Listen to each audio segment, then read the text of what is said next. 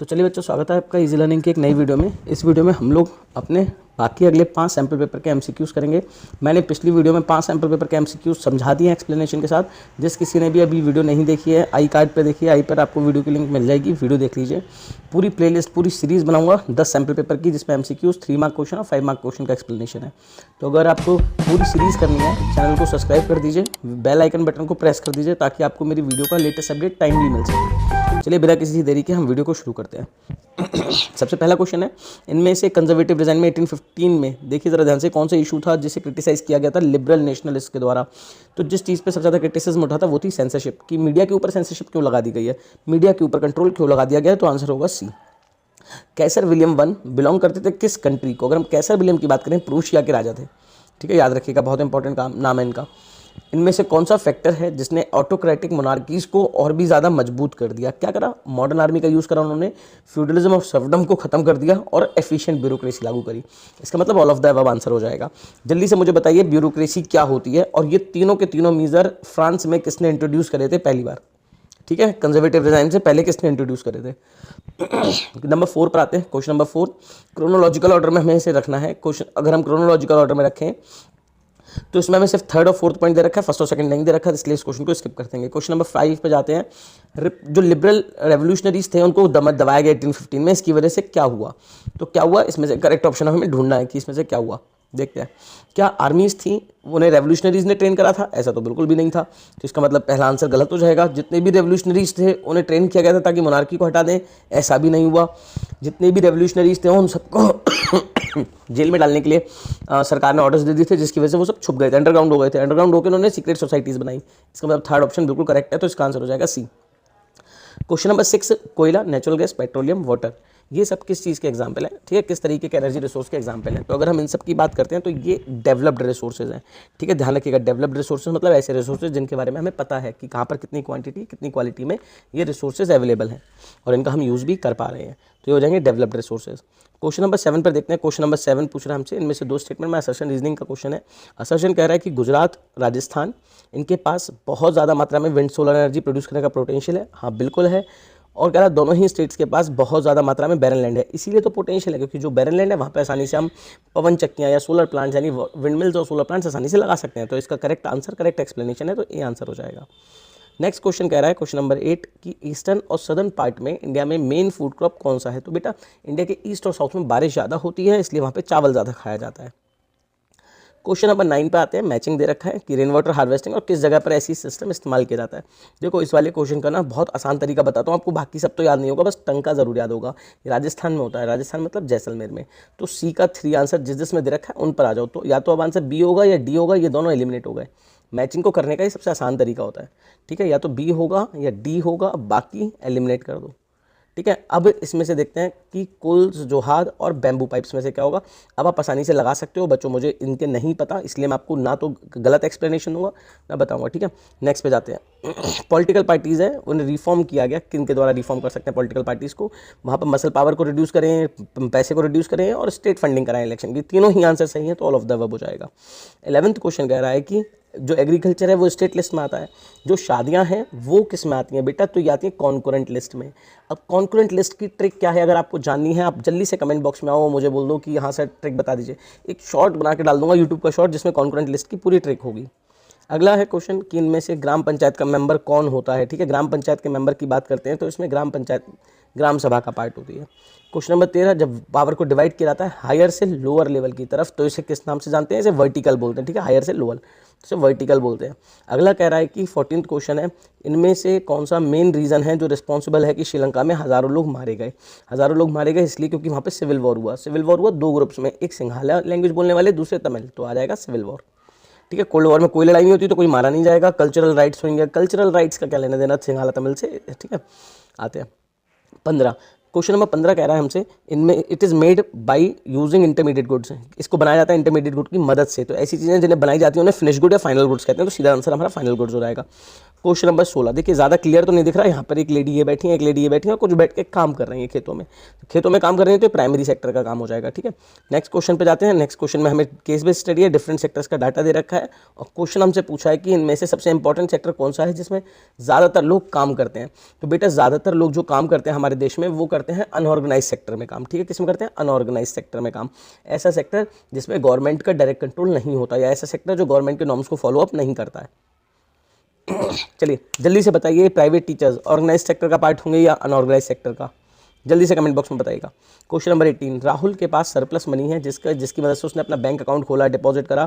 ये बताना है उसमें अपने अकाउंट को जब जमा करा तो ये किस तरीके का पैसा है जिसको वो कभी भी चाहे तो निकाल सकता है। इस डिपॉजिट को क्या बोलेंगे? इसको बोलते हैं डिमांड डिपॉजिट, ठीक है। इसको क्या बोलते हैं? डिमांड डिपॉजिट या चेकेबल डिपॉजिट्स भी बोलते हैं, जिनको कभी भी निकाला जा सकता है चेक की मदद से, डिमांड क्रिएट कर। क्वेश्चन नंबर 19 कह रहा है इनमें से इनकरेक्ट ऑप्शन कौन सा है? इनकरेक्ट ऑप्शन पे जाते हैं तो इनकरेक्ट ऑप्शन में डिस्गाइज अनएम्प्लॉयमेंट, जहाँ पे जितने लोगों की जरूरत है उससे ज़्यादा काम पे लगे होते हैं, बिल्कुल सही।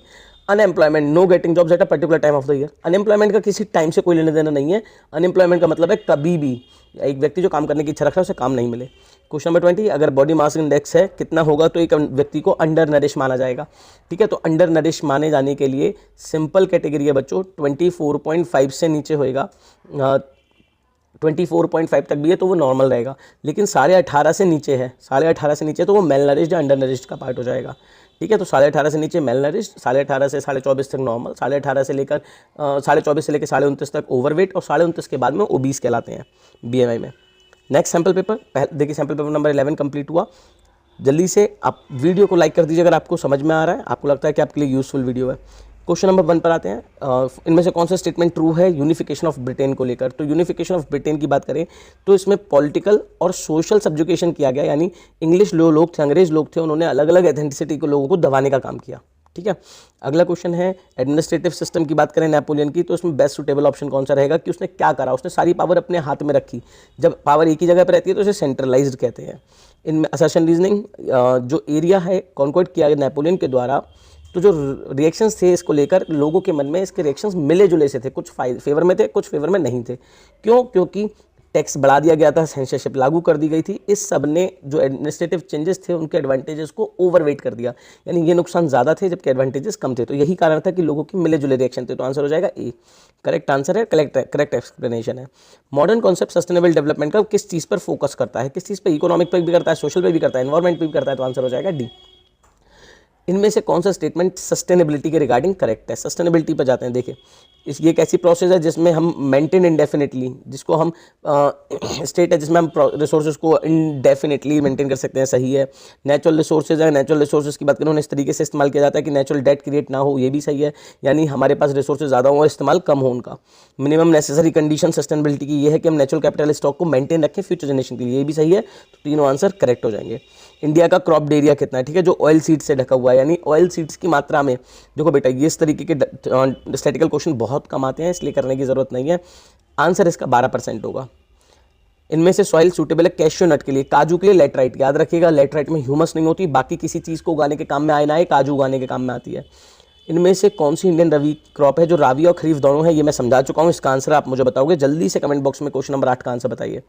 Question number 9, types of resources live stock और इसके बारे में दे रखा है, बताओ इनमें से रिन्यूएबल और नॉन रिन्यूएबल कौन सा है? तो रिन्यूएबल हो जाएगा सोलर एनर्जी सारे के सारे रिन्यूएबल है।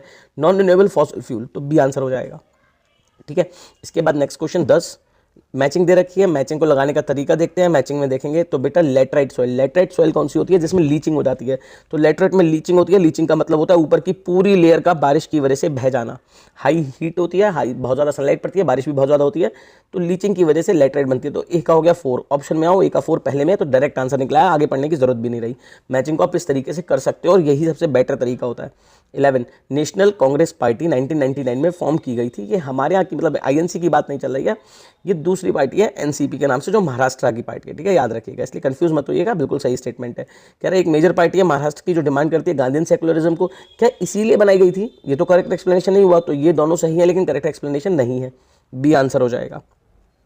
अगला क्वेश्चन है कि identify the community with the help of following information. Community को पहचानो।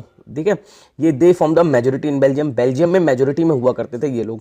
कौन से लोग थे मेजोरिटी में? डच लोग। लेकिन पावर किसके पास ज़्यादा थी? फ्रेंच लोगों के पास में। तो आंसर हो जाएगा डच लोग। ठीक है, डच स्पीकिंग कम्युनिटी। इनमें से इवेंट को क्रोनोलॉजिकल ऑर्डर में लगाना है, ठीक है। क्रोनोलॉजिकली यानी सबसे पहले क्या चीज़ आई होगी। All India Trinamool Congress party, ये तो वो वाली हो गई हमारी बहन जी वाली। बहन जी बताइए कौन, वो सॉरी बुआ जी, हाँ बहन जी की है। बहन जी कौन है, जल्दी से कमेंट बॉक्स में बताओ। बहुजन समाजवादी पार्टी, ये बहन जी बुआ जी की हो गई। बुआ जी बताओ कौन है।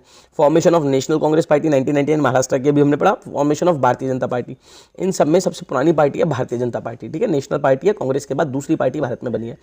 तो भारतीय जनता पार्टी यानी फोर्थ वाला सबसे पहले होगा, ठीक है। सीक्वेंसिंग में फोर्थ वाला सबसे पहले होगा और इसके बाद में बनेगी ना एनसीपी, और लास्ट में दोनों पार्टीज ये रिसेंट में 2000 के बाद में बनने वाली पार्टीज है। तो आंसर हो जाएगा ए 4 3 1 2। ये क्वेश्चन ये मैं आपको पिछले वाले में समझा चुका हूँ, इसलिए यहाँ पे नहीं समझाऊंगा, लेकिन बस ये फोटो का नाम कौन है ये आपको बताना है मुझे, ठीक है। जल्दी से बताओ कौन है, समझा चुका हूँ पिछले सैंपल पेपर में। जिसने नहीं देखा पिछली वीडियो में आओ, जल्दी से जाके 100 क्वेश्चन कंप्लीट करो। Next question 15, purchase of sugar cane is making of sugar, ठीक है। बिल्कुल सही बात है कि हमने शुगर केन खरीदा है जिससे शुगर बनाई गई है, तो ये जीडीपी में काउंट हो या नहीं। देखो शुगर केन इंटरमीडिएट गुड है, मतलब रॉ मटेरियल है, और रॉ मटेरियल को कभी भी काउंट नहीं किया जाता, याद रखिएगा। Value of silk fabric for the sale in market, silk fabric को मार्केट में बेचा जा रहा है तो फिनिश गुड है, तभी तो बेचा जा रहा है, इसीलिए ये काउंट होगा। Final value of bakery items, bakery items की फाइनल वैल्यू मतलब वो वैल्यू जिस पे बेचा जा रहा है मार्केट में, सेकंड और थर्ड काउंट होगा, फर्स्ट काउंट नहीं होगा क्योंकि फिनिश गुड नहीं है शुगर केन। अगला क्वेश्चन 16 कह रहा है कि टर्शरी सेक्टर का टोटल जीडीपी में 2013 में कंट्रीब्यूशन कितना था, ठीक है। तो कंट्रीब्यूशन ये 38 है। करने का आसान तरीका हो जाएगा 38 डिवाइडेड बाई 38 प्लस 10, 48 प्लस 8 56। तो जब आप इसे सॉल्व करोगे तो आप देख रहे होगे क्वेश्चन को सॉल्व करते पर इसका जो आंसर आएगा वो लमसम पे जाते हैं। देखो आधे से तो ज़्यादा है ना, यानी 50% से थोड़ा ज़्यादा है। देखो मल्टीप्लाई करके देखते हैं 6 से, 6 6 36, 3 कैरी लगे 33.6, यानी लगभग 60 समथिंग आंसर आएगा। 60 समथिंग का मतलब 67.35 आंसर हो गया। पूरा सॉल्व करने की जरूरत भी नहीं थी, हमने डायरेक्टली आंसर लगाया। मैथ्स की ट्रिक होती है एलिमिनेट मेथड या अप्रोक्सीमेशन। अगला कौन सा करेक्ट मैच है, ठीक है। करेक्ट मैच में आएगा 17 बैंक क्लर्क, ये तो ऑर्गेनाइज्ड में होता है, गलत हो गया। माइन वर्कर, माइन वर्कर में ध्यान रखिएगा, माइन वर्कर भी ऑर्गेनाइज सेक्टर में आता है। क्यों ऑर्गेनाइज सेक्टर में आता है, क्योंकि माइन में काम करने वाले हर व्यक्ति के लिए सरकारी लॉ फॉलो किए रहेंगे। फ्रीलांस कार्टूनिस्ट फ्रीलांसिंग कर रहा है, फ्रीलांसिंग मतलब किसी के लिए नौकरी नहीं कर रहा, जिसने भी काम दिया उसे पैसे लिया, काम कंप्लीट करा, फिर अगले बंदे को ढूंढ रहा है। तो फ्रीलांसिंग कभी भी ऑर्गेनाइज नहीं होती है, अनऑर्गेनाइज होती है। करेक्ट मैचिंग है। सेक्टर को आइडेंटिफाई करना है, ठीक है। सेक्टर आइडेंटिफाई करते हैं, ये एक ऐसा सेक्टर है जो ऑनरशिप एक्टिविटीज़ की ऑनरशिप को डिफाइन करता है, ठीक है। तो कौन सा सेक्टर हो सकता है जो ऑनरशिप आ रही है एक्टिविटीज़ की, यानी मैं कुछ काम कर रहा हूँ तो उसका खुद ही मैं मालिक हूँ, ऐसा सिर्फ जॉब सेक्टर में हो सकता है। डायरेक्टली आंसर हो जाएगा सोशल सर्विस सेक्टर या सर्विस सेक्टर, इसका आंसर हो जाएगा। 19 इनमें से इनकरेक्ट कौन सा है। एमएनसीज एक्सपेंशन करती हैं, लिबरलाइजेशन 1991 की पॉलिसी, और इन सबको देखते हैं इनकरेक्ट ऑप्शन क्या है। एक्सपेंशन थ्रू एमएनसीज, टाटा या रेनवैक्सी, इनका एक्सपेंशन हुआ, बिल्कुल सही बात है। Liberalisation MNC free to import, बिल्कुल सही बात है कि आज आसानी से ला सकती थी, ले जा सकती थी। 1991 में एनईपीआई न्यू इकोनॉमिक पॉलिसी, जिसने ट्रेड बैरियर्स को टाइटन करने की जगह पर उन्हें रिलीज आउट कर दिया, ठीक है, यानी आसान कर दिया, बैरियर्स को खत्म कर दिया। तो बैरियर्स भी टाइट किए गए, यानी बैरियर्स को रोक दिया गया। Spreading out, design in India, production in China. देखो बेटा ये उल्टा हो गया, स्प्रेडिंग आउट फैलाना, production in India, sales in other country, तो डी ही आंसर इसका गलत होएगा। क्वेश्चन नंबर 20, फॉरेन ट्रेड है, उसमें ज़्यादा चॉइसेस मिलती हैं किस चीज़ के लिए। तो फॉरेन ट्रेड में ज़्यादा चॉइसेस मिलती हैं बायर्स को, कि वो ज़्यादा चीज़ें खरीद सकते हैं। सैम्पल पेपर नंबर 13 पे जाते हैं। फर्स्ट क्वेश्चन मैं थोड़ा तेजी से करूंगा, आप आंसर की तरफ देखिएगा, थोड़ा स्पीड से चलेंगे। पोलैंड की 18th सेंचुरी के एंड में क्या हुआ था। पोलैंड की 18th सेंचुरी के एंड में पोलैंड के टुकड़े कर दिए गए थे ग्रेट पावर्स के बीच में, रशिया, प्रूशिया, ऑस्ट्रिया के बीच में। क्वेश्चन नंबर 3 इनको क्रोनोलॉजिकल ऑर्डर में लगाना है, तो क्रोनोलॉजिकल ऑर्डर में हमने ये क्वेश्चन कर रखा है, इसलिए आप पिछले वीडियो को देखिए और आगे बढ़िए, इसका आंसर समझ जाओगे। मैंने वहाँ पे ट्रिक भी बता रखी है, पिछली वीडियो जरूर देख लेना पूरी, उसमें ट्रिक समझाई है। इनमें से इनकरेक्ट ऑप्शन कौन सा है। इनकरेक्ट ऑप्शन की तरफ जाते हैं, तो इनकरेक्ट ऑप्शन देखिए, ग्रीक का स्ट्रगल फॉर इंडिपेंडेंस बिगिंस, ये गलत हो गया, पहला ही गलत है थर्ड का, ठीक है, पहला गलत है। द एक्ट ऑफ यूनियन बिल्कुल सही है, आयरलैंड इसका पार्ट हुआ, ये बाकी सब सही है, पहला वाला गलत है। क्वेश्चन नंबर 4 पे आ जाते हैं। James Augustus Hicky, James Augustus Hicky ने प्रोसिक्यूट करा गवर्नर जनरल वेरन हेस्टिंग्स को, तो इसका आंसर होगा, ताकि ये लॉट ऑफ गॉसिप चल रही थी सीनियर ऑफिशियल्स को लेकर कि करप्ट हो चुके हैं, ये सब चीज़ों की प्रॉब्लम थी, इसीलिए, ठीक है, इसलिए इन्हें ये अखबार में छाप दिया करते थे अपनी उसमें कि इनके बारे में। तो वेरन हेस्टिंग्स ने इनकी पूरी पब्लिकेशन वगैरह बंद करा दी, इनके पहले वार्निंग दी, फिर इनकी मशीनें जब्त कर ली। क्वेश्चन नंबर 5 पर जाते हैं। क्वेश्चन नंबर 5 कह रहा है कि ब्रिटिश में जो कॉटन एक्सपोर्ट टेक्सटाइल था, उसका एक्सपोर्ट था वो डिक्लाइन हो गया। डिक्लाइन का कारण क्या है, क्योंकि जो इंडियन कॉटन टेक्सटाइल थी उसकी जो डिमांड थी अमेरिका में वो बढ़ गई थी। तो 5th का आंसर हो जाएगा ए। 6th पे जाते हैं, इनमें से मैच करना है हमें। मैचिंग में देखते हैं तो एब्सोल्यूट कौन होता है। एब्सोल्यूट वो व्यक्ति होता है जिसके पास अनलिमिटेड पावर होती है, राजा ऐसा राजा जिसके पास बहुत सारी पावर है, यानी form of centralise monarchial government. तो ए का हो जाएगा 2। ए का 2 अब इन 2 में है, तो ये 2 तो गलत हो गए। अगले पे जाते हैं। आइडियोलॉजी क्या होती है? आइडियोलॉजी होती है एक ट्रेडिशन का आइडिया, मतलब एक ऐसी चीज जो रिफ्लेक्ट कर रही हो किसी चीज को या किसी व्यक्ति के विचारों को। तो आइडियोलॉजी एक आइडिया होता है जो रिफ्लेक्ट करता है सोशल या पॉलिटिकल विजन को। तो ए का 2, बी का 4, आंसर हो जाएगा बी डायरेक्टली। क्वेश्चन नंबर 7 का आंसर पाते हैं। तो क्वेश्चन नंबर 7 का आंसर होगा शुगर केन कहाँ होता है? ब्राजील में। ठीक है, देखिए दुनिया में इंडिया हुआ करता था सबसे बड़ा प्रोड्यूसर, लेकिन ब्राजील अब हमसे आगे निकल गया है, पहले इंडिया था। ठीक है। क्वेश्चन नंबर 8, ग्राउंड वाटर का ओवर यूज किन स्टेट्स में हो रहा है? ठीक है, किन स्टेट्स की बात करी जा रही है? तो स्टेट्स में रहेंगे पंजाब और वेस्टर्न यूपी। इरीगेशन बहुत ज्यादा होता है यहाँ पर इसी वजह से। ठीक है, next, identify the soil. Soil को आइडेंटिफाई करना है। लावा ट्रैप, लावा ट्रैप पिछले में भी समझाया था, डायरेक्टली लावा आए तो ब्लैक सॉइल मारना आंसर सीधा। एक कंट्री जो कि वहाँ पे बहुत सारे मिनरल्स पाए जा रहे हैं अगले 50 सालों के लिए, तो आपको बताना है कि वहाँ पर क्या होगा, कि वहाँ पे सस्टेनेबल डेवलपमेंट की कमी है क्योंकि 50 सालों में सारे मिनरल खत्म हो जाएंगे। अगला क्वेश्चन है, ये विंड मिल दे रखी है, तो विंड मिल है तो विंड एनर्जी आंसर हो जाएगा। इनमें से कौन सा यूनियन लिस्ट का पार्ट नहीं होता? तो यूनियन लिस्ट का पार्ट नहीं होता। इनमें से देखो जरा, फॉरेन अफेयर्स होता है, पूरी तरीके से संभालना है, बैंकिंग होती है, करेंसी होती है, सिर्फ law and order. Law and order concurrent का पार्ट है, सरकार स्टेट और सेंटर दोनों को मिलकर संभालना है। इनमें से करेक्ट मीनिंग क्या है? टायरनी का। टायरनी मतलब होता है कपकपाना। ठीक है, तो एक टायरनी उसके लिए बोला गया था, एक ऐसा राजा जिसके पास बहुत सारी पावर थी। ये टायरनी था जिसमें वो बोला था एब्सोल्यूट पावर, वो जितने भी शासक हो तुम सब कब कपाओगे। ये पूरा का पूरा टॉपिक था। ठीक है, तो इसका आंसर हो जाएगा गवर्नमेंट बाय ए सिंगल और multiple rulers with absolute powers. अगला, असर्शन रीजनिंग, पावर है जो शेयर की गई अलग अलग सोशल ग्रुप्स में बेल्जियम में। बिल्कुल सही। क्यों? क्योंकि कम्युनिटी गवर्नमेंट थी बेल्जियम की। Power regarding culture, education, language related issues. तो बेटा बाकी सब ठीक है, असर्शन भी सही लग रहा है, रीजनिंग भी सही लग रही है, लेकिन यहाँ पर सिर्फ कम्युनिटी गवर्नमेंट की बात की गई, बाकी सबकी तो बात ही नहीं की गई। तो दोनों सही है लेकिन सही एक्सप्लेनेशन नहीं है। 15, इनमें से कौन सा स्टेटमेंट इंडिया में फेडरलिज्म की प्रैक्टिस को लेकर बताता है कि इंडिया में फेडरलिज्म प्रैक्टिस की जा रही है? तो इंडिया में फेडरलिज्म प्रैक्टिस की जा रही है क्योंकि यहाँ पर हमारे यहाँ देखें तो हमारे यहाँ पर अलग अलग लेवल पे सरकारें हैं और हर सरकार के पास अलग अलग रिसोर्सेज हैं। और कह रहा है ट्रू है डिसेंट्रलाइजेशन को लेकर 1992 में। तो 1992 में ये कह दिया गया था कि हमारे यहाँ पर जो लोकल गवर्नमेंट होगी उसके रेगुलर इलेक्शंस कंडक्ट किए जाएंगे। तो रेगुलर इलेक्शंस लोकल गवर्नमेंट के नहीं, हमारी जो थर्ड लेवल गवर्नमेंट है उसके रेगुलर इलेक्शन कंडक्ट किए जाएंगे।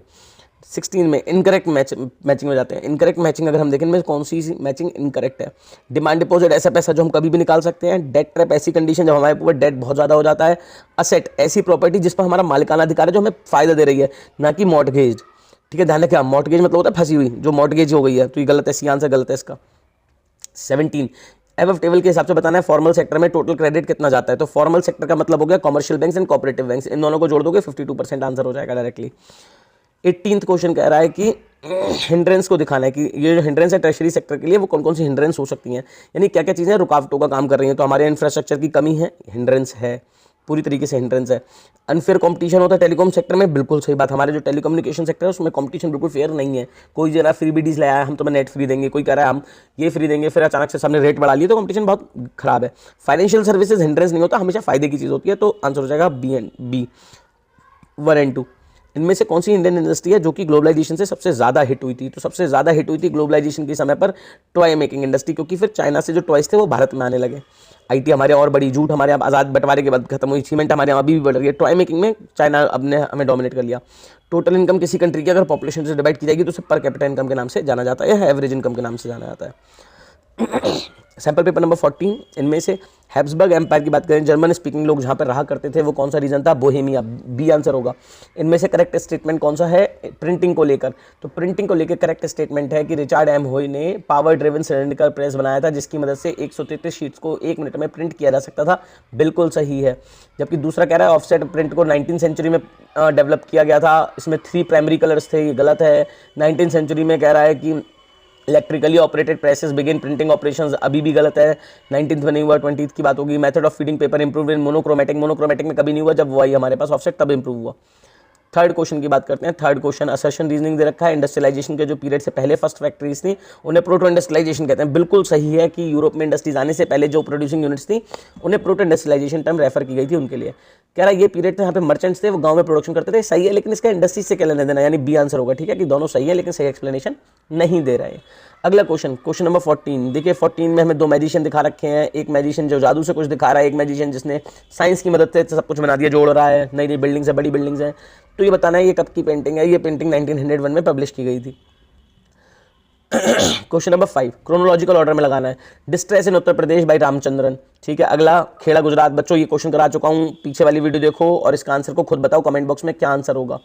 क्वेश्चन नंबर 6, इनकरेक्ट पेयर बताना है प्रिमिटिव सब्सिस्टेंस को लेकर, ठीक है। तो मेक्सिको में मिल्पा बोलते हैं, ब्राजील में रोका सही है, इंडोनेशिया में दांग सही है, वियतनाम में रे सही है, मेक्सिको में मिल्पा बोलते हैं, तो 6 सही नहीं है, ठीक है। 6 वाले ही गलत होएगा हमारा। इसके बाद नेक्स्ट क्वेश्चन है 7th, इनमें से कृष्णा, गोदावरी, कावेरी महानदी पर कौन सी पाई जाएगी? डेल्टा में। डेल्टा किसी का भी हो वहां पर हमेशा एलुवियल सॉइल पाई जाएगी, याद रखिएगा। 8 number, potential resources. Potential resources जो अभी नहीं है लेकिन फ्यूचर में डेवलप किए जा सकते हैं, फ्यूचर में डेवलप किए जाएंगे तो पोटेंशियल रिसोर्सेज पर जाते हैं। ये हो जाएगा मोनोजॉइट इन केरला। मोनोजॉइट क्या है? जो कि उसका यूरेनियम को रिप्लेस कर सकता है, ठीक है। थोरियम मिलता है इस मोनोजॉइट सैंड में। तो ए का हो जाएगा 2, ए का 2, ये दोनों एलिमिनेट हो गए, इन दोनों में से कोई एक आंसर होगा, ठीक है। B, developed resources. Developed resources ऐसे रिसोर्स जिसका हम इस्तेमाल पहले से कर रहे हैं, तो वो हो जाएगा बॉम्बे हाई पेट्रोलियम का, तो आंसर हो जाएगा ए। 9th, तहरी डैम कहाँ है? तहरी, बच्चों शॉर्ट ट्रिक से मैं मैप करवा दूंगा। वैसे तहरी सबसे ज़्यादा उत्तराखंड में खाई जाती है, याद रखिएगा। चावल की तहरी उत्तराखंड में खाई जाती है, चावल की तहरी यानी खिचड़ी को तहरी बोलते हैं, तो तहरी हो गया उत्तराखंड में। Question number 10, incorrectly match pair कौन सा है? इनमें से बताना है। हम इनकरेक्टली मैच की तरफ जाएंगे तो खील हिमालयन में है, कुरुवा, कुरुवा यहाँ पर नहीं है, कुरुवा है झारखंड में, तो गलत हो जाएगा, ठीक है। नेक्स्ट क्वेश्चन है, आइडेंटिफाई करना है हमें रीजन को जिसकी वजह से सहाला और तमिल के बीच में जो गल्फ था वो और बढ़ गया था, ठीक है। गल्फ यानी जो दोनों के बीच की दूरी थी बढ़ गई थी। कह रहा कोई भी बुद्धिस्ट सहाला लीडर सेंसिटिव नहीं था तमिल लैंग्वेज को लेकर, ठीक है। कोई भी बुद्धिस्ट सहाला, बुद्धिस्ट भी आ गया और तमिल लैंग्वेज को लेकर सेंसिटिव नहीं था, ये नहीं हो सकता, ठीक है, क्योंकि सरकारी पॉलिसीज की वजह से उनके बीच में कॉन्फ्लिक्ट बढ़े थे। अगला कह रहा है कि तमिल को felts that constitution and government policies denied them equal political right. जो लगता था कि संविधान और सरकारी पॉलिसी, ये आंसर हो सकता है, ठीक है, ये आंसर हो सकता है सेकंड वाला। थर्ड कह रहा है government supported Tamilians in getting job and, government क्यों सपोर्ट करेगी भैया? गवर्नमेंट तो नहीं सपोर्ट कर रही थी, तो आंसर हो जाएगा ओनली बी, सेकंड। बेल्जियम में कम्युनिटी गवर्नमेंट कौन चुनता है? तो बेल्जियम में कम्युनिटी गवर्नमेंट वो चुनता है जो कम्युनिटी को बिलोंग कर रहा होगा, यानी फ्रांस का होगा तो फ्रेंच कम्युनिटी का व्यक्ति होगा, और जर्मन की डच की होगी तो डच का करेगा, ठीक है। तो ऐसे लोग जो उस लैंग्वेज को बिलोंग कर रहा होगा। फॉलोइंग इंस्टीट्यूशन है जो इंपॉर्टेंट रोल प्ले करता है कि कॉन्स्टिट्यूशनल प्रोविजन और प्रोसीजर्स का इंप्लीमेंटेशन प्रॉपर तरीके से बना रहे, जो भी प्रोविजन है वो लागू हो रहे हैं या नहीं, ये सारा काम होता है जुडिशरी का देखना। जुडिशरी यही इंश्योर करती है कि कॉन्स्टिट्यूशन को पूरी तरीके से लागू किया जा रहा है। फेडरेशन एक एग्जांपल है जिसमें सोवरेनिटी को पूल किया जाता है और आइडेंटिटी को रिटेन किया जाता है। सोवरेनिटी मतलब अपने डिसीजन खुद लेने की पावर। तो ऐसा कौन सा फेडरेशन है जहां पर ये सब कुछ होता है? तो ये आंसर हो जाएगा डी, यूएसए, ठीक है। यूएसए में आपकी आइडेंटिटी रिटेन रहती है, यानी वहाँ पर डबल आइडेंटिटी है, आप जिस स्टेट के रहोगे वहाँ की आइडेंटिटी भी रहेगी और देश की आइडेंटिटी भी रहेगी। इंडिया, कनाडा, यूएस और यूके में ऐसा नहीं होता, यहाँ पर यूनिटरी वो रहती है आइडेंटिटी।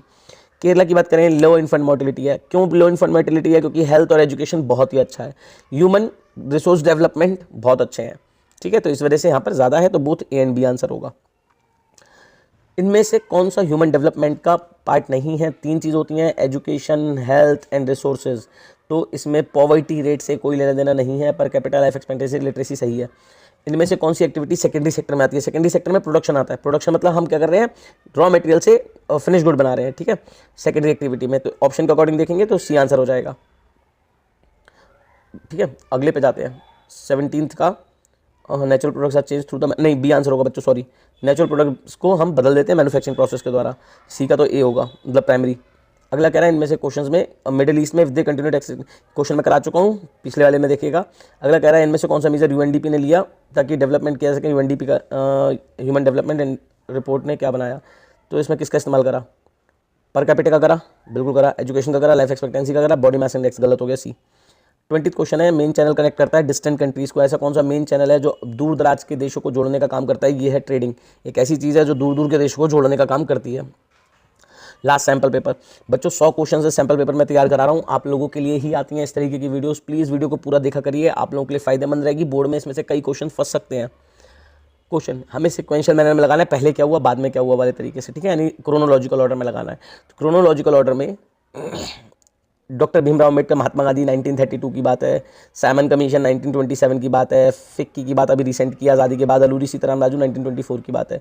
सबसे पहले अलूरी सीताराम राजू, उसके बाद 2, उसके बाद 1, उसके बाद 3, 4, 2, 1, 3 किस में है देख लो उसमें आंसर में, ठीक है। अगला सॉरी 4, 2, 3, 1 फिक्की वाला है, कॉमर्स वाला एसोसिएशन। सेकंड इनकरेक्ट बताना इनमें से कौन सा है? तो मार्टिन लूथर ने 95 थीसिस लिखी, बिल्कुल सही। प्रोटेस्टेंट मूवमेंट बना।